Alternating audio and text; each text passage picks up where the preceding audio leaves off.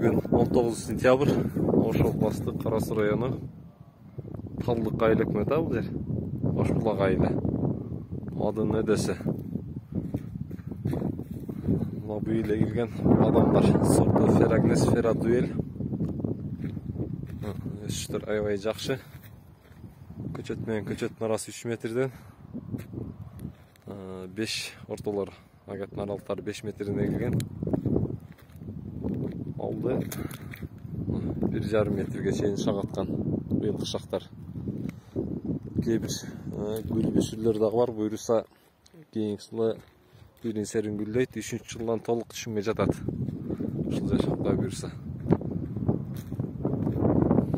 Көчет өте жақшы қараған. Түгі таза. Мұзы көчетті де шықпап тұр. Арасына дару зейіп қойған. Негізден бақтың ауалы өте жақшы. Бұйырса күзде келіп форма береміз. Bir сира. 3-ші жылдан толық түшімге жатады. Бадам, Ферагнес, Ферадуэль сорттары. Бақтың есі. Адам бойынан биік өскен. Тамыры гарнем. GF дағы тамырлары бар.